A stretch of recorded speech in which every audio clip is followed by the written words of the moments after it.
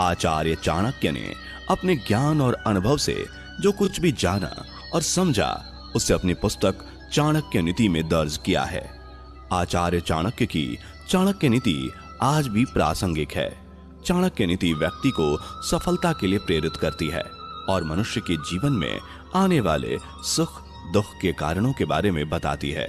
यही कारण है कि आज भी बड़ी संख्या में लोग चाणक्य नीति का अध्ययन करते हैं और अपने जीवन को बेहतर बनाते हैं। दोस्तों, आज की इस वीडियो में हम आचार्य चाणक्य की 30 खास नीतियां आपके साथ शेयर करेंगे, जिन्हें अपनाकर आप अपने जीवन को सफल और आसान बना सकते हैं। आचार्य चाणक्य के अनमोल वचन। मूर्ख लोगों से कभी वाद विवाद नहीं करना चाहिए, क्योंकि ऐसा करने से हम अपना ही समय नष्ट करते हैं। ऋण, शत्रु और रोग को कभी छोटा नहीं समझना चाहिए, इन्हें जल्द से जल्द चुका देना चाहिए। भगवान मूर्तियों में नहीं बसता, आपकी अनुभूति ही आपका ईश्वर है और आत्मा आपका मंदिर। भाग्य भी उन्हीं का साथ देता है जो कठिन से कठिन परिस्थितियों में भी अपने लक्ष्य के प्रति अडिग रहते हैं। जो आपकी बात को सुनते हुए इधर उधर देखे, उस आदमी पर कभी भी विश्वास ना करें। दूसरों की गलतियों से सीखो। अगर अपने ही ऊपर प्रयोग करके सीखने का प्रयास करोगे तो आयु कम पड़ जाएगी। किस्मत के सहारे चलना अपने पैरों पर कुल्हाड़ी मारने जैसा है। ऐसे लोगों को बर्बाद होने में वक्त नहीं लगता। कोई भी व्यक्ति उच्च स्थान पर बैठकर ऊंचा नहीं हो जाता, बल्कि हमेशा अपने गुणों से ऊंचा होता है।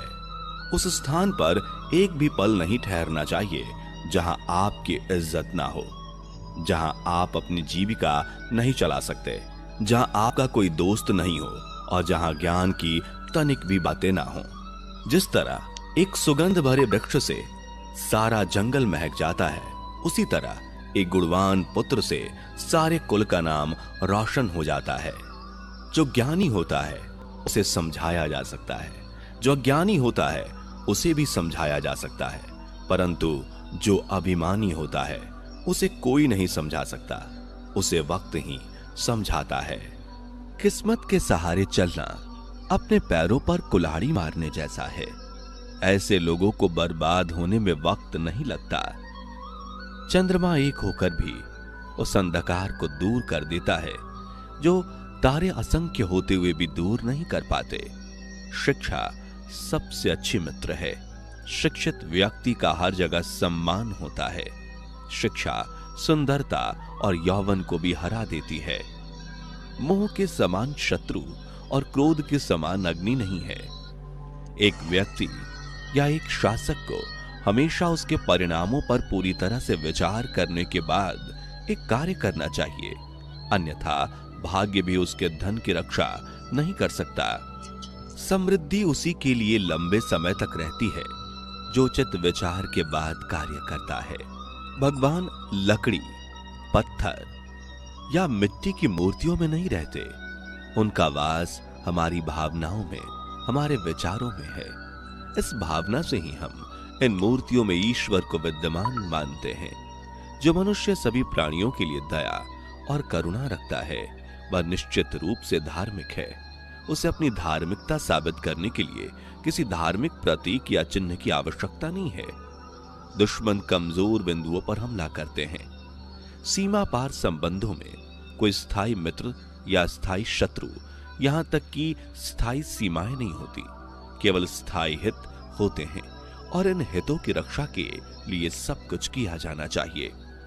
यदि एक राजा ऊर्जावान है तो उसकी प्रजा भी उतनी ही ऊर्जावान होगी। यह संसार एक कड़वा वृक्ष है। इसके दो ही मीठे अमृत समान फल हैं, एक मधुर वाणी और दूसरा सज्जनों की संगति। जो कुछ करने का विचार किया है उसे प्रकट ना करो, परंतु बुद्धिमानी से उसे गुप्त रखो और उसे क्रियान्वित करने का निश्चय करो। उससे बचो जो तुम्हारे सामने मीठी बातें करता है, लेकिन तुम्हारे पीठ पीछे तुम्हें बर्बाद करने की कोशिश करता है, क्योंकि वह जहर के घड़े के समान है जिसके ऊपर दूध होता है। जो ज्ञान की खोज में है उसे सुख की खोज छोड़ देनी चाहिए, और जो आनंद की खोज में है उसे ज्ञान की खोज छोड़ देनी चाहिए। वह जो अपने परिवार के सदस्यों से अत्यधिक जुड़ा हुआ है, भय और दुख का अनुभव करता है, क्योंकि सभी दुखों की जड़ आसक्ति है। इस प्रकार प्रसन्न रहने के लिए आसक्ति का त्याग करना चाहिए। ज्ञान को व्यवहार में लाए बिना ज्ञान खो जाता है। अज्ञानता के कारण मनुष्य खो जाता है। एक सेनापति के बिना एक सेना खो जाती है और एक स्त्री बिना पति के खो जाती है। आचार्य चाणक्य कहते हैं कि कभी भी अपने दुश्मन को कम ना समझें। उसे मात देने के लिए उसकी ताकत का सही अंदाजा लगाना बहुत जरूरी है। तभी आप उसकी कमजोर नस पर वार करके आसानी से जीत हासिल कर सकते हैं। प्राणों की हानि क्षण भर का दुख देती है, परंतु अपमान जीवन में प्रतिदिन दुख लाता है। गरीबी, रोग, शोक, कारावास और अन्य बुराइयां स्वयं के पापों के वृक्ष के फल हैं। जब तक दुश्मन की कमजोरी का पता न चल जाए, तब तक उसे मित्रतापूर्ण शर्तों पर रखा जाना चाहिए।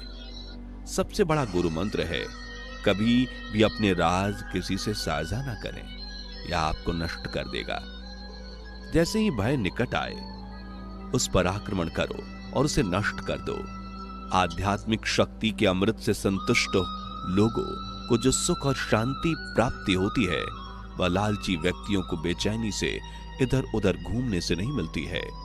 हे ज्ञानी, अपना धन केवल योग्य को दें और दूसरों को कभी नहीं। मेघों द्वारा प्राप्त समुद्र का जल सदैव मीठा होता है। किसी व्यक्ति की सहनशीलता को ध्यान में रखते हुए उसे परेशान ना करें। शक्तिशाली दिमाग को कोई हरा नहीं सकता। पहले 5 साल अपने बच्चे के साथ एक प्यार की तरह व्यवहार करें। अगले 5 साल तक उन्हें डांटें। जब तक वे 16 वर्ष के नहीं हो जाते, तब तक उनके साथ एक मित्र की तरह व्यवहार करें। आपके बड़े हो चुके बच्चे आपके सबसे अच्छे दोस्त हैं। बुरे साथी पर भरोसा मत करो और ना ही साधारण मित्र पर भी भरोसा करो, क्योंकि अगर वह तुमसे नाराज हो गया तो वह तुम्हारे सारे राज खोल देगा। मूर्ख व्यक्ति के लिए पुस्तकें उतनी उपयोगी होती हैं जितनी कि अंधे व्यक्ति के लिए आईना। कम दिमाग वाले व्यक्ति दुष्ट, कपटी और धोखेबाज होते हैं। उन पर भरोसा नहीं करना चाहिए। नीच बुद्धि वालों पर विश्वास करना नीति में भूल और व्यर्थ है, क्योंकि वे भरोसे के लायक नहीं हैं। प्रशासक को नीच बुद्धि वालों पर विश्वास करके विपत्ति को निमंत्रण नहीं देना चाहिए। जिस तरह एक सूखा पेड़ आग लगने पर पूरे जंगल को जला देता है, उसी तरह एक दुष्ट पुत्र पूरे परिवार को नष्ट कर देता है। हमारा शरीर नश्वर है, धन स्थायी नहीं है और मृत्यु सदैव निकट है। इसलिए हमें तुरंत पुण्य के कार्यों में संलग्न होना चाहिए। जो धन के लेन देन में, ज्ञान अर्जन में, खाने में और व्यापार में लज्जा का त्याग करता है, वही सुखी होता है। जिसका ज्ञान किताबों तक सीमित है और जिसका धन दूसरों के कब्जे में है, वह जरूरत पड़ने पर ना तो अपने ज्ञान का उपयोग कर सकता है और ना ही धन का। हमें अतीत के लिए चिंतित नहीं होना चाहिए और ना ही भविष्य के बारे में चिंतित होना चाहिए। समझदार लोग केवल वर्तमान में रहकर अपना कार्य करते हैं। जिस प्रकार सुगंधित पुष्पों से लदा वृक्ष सारे वन में सुगंध फैलाता है, इसी प्रकार एक योग्य पुत्र पूरे परिवार, समुदाय और देश का नाम रोशन करता है। कोई व्यक्ति कर्म से महान होता है, जन्म से नहीं। कोई काम शुरू करने से पहले हमेशा अपने आप से 3 प्रश्न पूछें। मैं यह क्यों कर रहा हूं? इसका परिणाम क्या हो सकता है? और क्या मैं सफल हो सकता हूं? जब आप गहराई में सोचें और इन सवालों के संतोषजनक जवाब पाएं, तभी आगे बढ़ें। वासना के समान विनाशकारी कोई रोग नहीं है। कोई व्यक्ति किसी ऊंचे आसन पर बैठने से नहीं, बल्कि उच्च गुणों से महान बनता है। एक महल नुमा इमारत की चोटी पर बैठने से कौवा चील नहीं बन जाता। सद्गुणी और फलों से लदे वृक्ष झुकते हैं, परंतु मूर्ख और सूखी लकड़ियां टूट जाती हैं, क्योंकि वे झुकते नहीं। वह जो हमारे मन में रहता है वह निकट है, भले ही वह वास्तव में दूर हो, लेकिन जो हमारे दिल में नहीं वह दूर है, भले ही वह वास्तव में पास हो। एक अशिक्षित व्यक्ति, चाहे वह कितना भी अच्छा क्यों ना हो या वह किसी भी परिवार का क्यों ना हो, वह उस फूल की तरह बेकार है जिसमें रंग तो है पर सुगंध नहीं। फूलों की सुगंध हवा की दिशा में ही फैलती है, लेकिन इंसान की अच्छाई हर दिशा में फैलती है। समय मनुष्य को पूर्ण बनाता है और नष्ट भी करता है।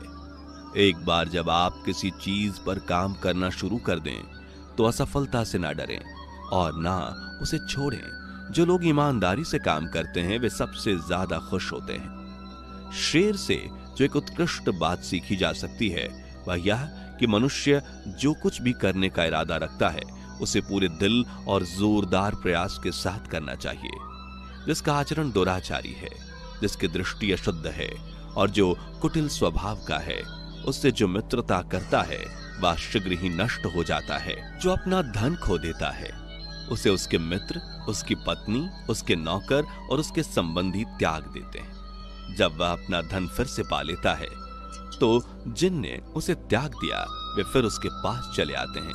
इसलिए धन निश्चित रूप से सबसे अच्छा संबंध है।